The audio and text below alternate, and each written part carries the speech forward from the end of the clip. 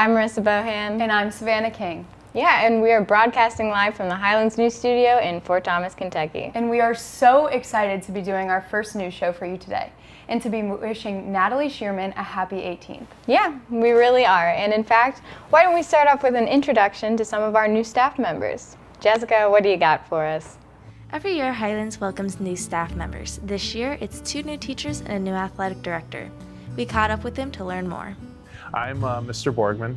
I will be teaching U.S. history, American government, and AP World History. Wes Caldwell, I'm the athletic director. My name is Mr. Volpenheim, and I am teaching math and computer science, algebra 2 and geometry, and computer science principles.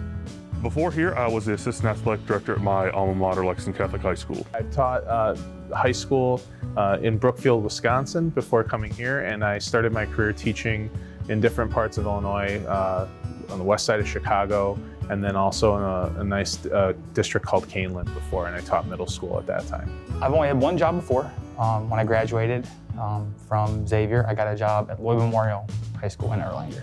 Took the job here because being the athletic director at Highlands is one of the premier high school jobs in the state of Kentucky. It's the history behind it, and the athletic promise is second to none.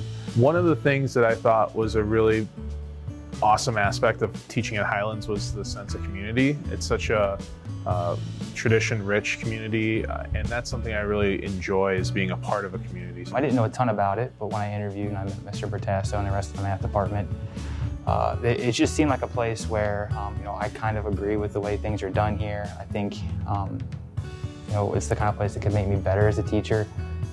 And I really got along with everybody in the faculty, and so I'm really excited. I'm excited for the season. Hopefully we all get to participate and make sure everybody follows our guidelines so we can all have a season and go Birds. We're so excited to welcome these new staff members to Highlands. We can't wait to see what they have to offer. Thanks, Jessica. We are really happy to welcome all the new Bluebirds here to the nest and to get to know them this year. Hopefully those new teachers bring their A game for this year's Halloween costume contest. Yeah, Mr. Turner set the bar pretty high last year with his Papa Smurf costume. Speaking of Halloween, your favorite haunted houses are finally opening up. We sent Marissa out to see what is opening near us. 60-degree weather and orange leaves. That's right, Bluebirds, it's fall, my favorite season. And with my favorite season comes many other favorites, like hauntings. It's Marissa, and I'm here at Sandyland Acres Farm, ready to kick off our Halloween countdown. Basically, I've always been into scary movies and going to scary conventions. Me and the family just kind of figured out that there wasn't really nothing in Boone County for families and people to go to. This is our 15th season in operation. We started back in 2006, and it's been growing every year since. So I've been here for about 3 years, doing various things. I was in the barn last year. This year I'm actually out front, sneaking around, catching you when you're off guard, which is the best. Yeah, it just kind of gives me that little release of frustration from holding stuff in all year. So you're actually out in the darkness, so you really don't see anything coming. It's a longer ride. We cover about 2.5 miles on the whole trail. Lasts about 20 minutes. We just ask everybody to just come have a good time, make sure you do the social distancing, and masks are required everywhere here. Running all the way up until Halloween, Friday and Saturday nights from 8 p.m. to 12 a.m., with tickets running at just $15 each, we caught up with some of the many customers to get their thoughts before they headed on in for the haunt. I'm looking forward to just seeing all the Halloween stuff and just getting in the mood for the season to come. The hayride stopped one time, and a bunch of them flooded the hayride, and it was scary. I'm a little bit nervous with all those scary people walking around, but I really like it. It's really scary, so I'm excited. I really like the hayride because usually you go through haunted houses.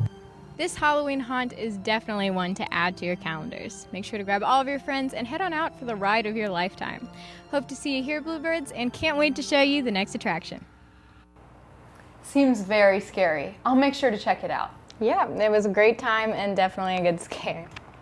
Also coming up here is the Governor's Scholar Program informational meeting for juniors October 7th at 2:15 or 3:05 in the library.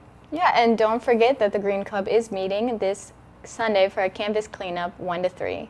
Be sure to visit our Schoology page to RSVP and sign up for the duties you'd want to do. Continuing on with school, why don't we catch up with some sports? Macy, what do you have for us? Thanks, Marissa. Fall sports are off to a great start. The volleyball team had a huge win against Brossard on Tuesday. The team is offensively led by Cece Schick and Lauren Buemi, who have 93 and 91 kills respectively so far. Defensively, they are led by Madison Clore, Laura Winkler, and Honor Valentine. The golf teams are looking great. On the girls' side, KJ Toole and Ellie Rowland both placed in the top 8 at the match, resulting in both of them qualifying for state. The boys' team is led by Justin Gabbard, Luke Moeller, Joel Kraft, and Jack Schneider, who all placed in the top 10 at the regional tournament, helping the boys take home the region title. We wish them the best of luck as they head to state. Maggie Schroeder on the girls' cross-country team has not been beaten by a Northern Kentucky runner this season. She is now one of the top 75 runners in the country. The boys' cross-country team finished second to Connor in their first meet. Both the girls' team and the boys' teams were projected in the top 3 in state, with the boys winning. We wish them the best of luck on the season ahead. The football team is currently 1-2. The team unfortunately fell short to the Boyle County Rebels last week, but they are hoping to improve their record with a win against Connor tomorrow at 7. We can look forward to seeing some big plays by sophomore quarterback Charlie Noon, but we also have many returning players that we are excited to watch. The girls' soccer team holds a record of 7-1-2. The team is led by Lainey Smith and Faith Broering. Goalkeepers Jasmine Rayberger and Megan Gessner have combined for a total of 6 shutouts. The boys' soccer team is currently 4-3-2. The boys are offensively led by Max Ferris and Austin Frazier. Some key defenders are Hank Cook and Nick Robinson. We are so excited to watch all of these teams as they head into their postseasons. We also have general admission tickets for sale for this weekend's girls-boys soccer games. You can purchase tickets on the Highlands Athletic website, and they are also live this afternoon. Any guys not currently playing a fall sport who are interested in playing basketball this year should message Mr. Listerman on Schoology. Back to you guys. Thanks, Macy. Glad to hear everyone is continuing on strong this season with positive attitudes. We wish all of our team lots of luck as they go further onto the year. Seniors, the deadline to register to vote in this year's election is October 5th. And remember, you do have to be 18 on or before November 3rd. And to further help any confusions, Julie made a quick video on how to help you vote. Turning 18 on or before November 3rd? If so, this message is for you. After you've registered, you may be wondering how to vote this year. You have 3 options: voting in person on Election Day, voting in person before Election Day, or voting via an absentee ballot. To vote in person on Election Day, you would simply go to your local voting precinct on November 3rd and wait in line. Remember that you must bring your driver's license or other state-issued ID, and you cannot be wearing anything that indicates who you will be voting for. Otherwise, you will be turned away. Early in-person voting begins on October 13th.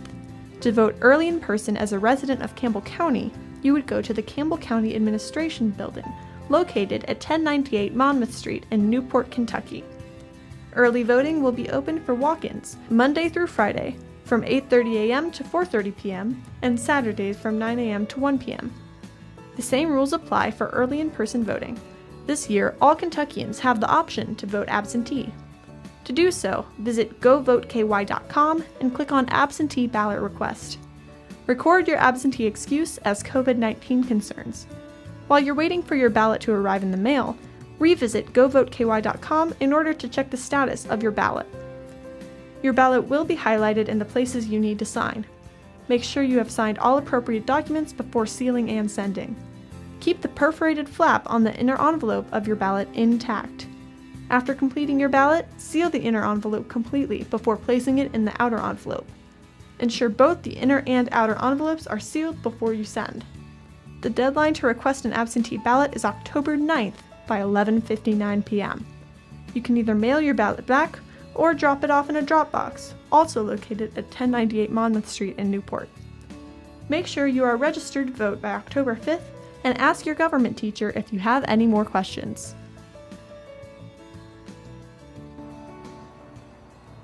Thanks, Julie. I know that video has helped me out a lot.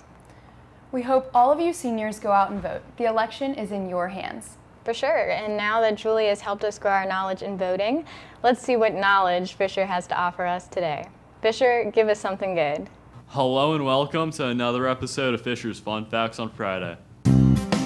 Fisher's Fun Facts on Friday. Dogs actually sweat through the pads on their feet. Think about that next time you shake. Banging your head against the wall uses 150 calories an hour. Not only do you get a concussion, you also get in shape. Leeches have 32 brains. That's 32 more than most people. This has been Fisher's Fun Facts on Friday. As always, have a wonderful weekend, Highlands.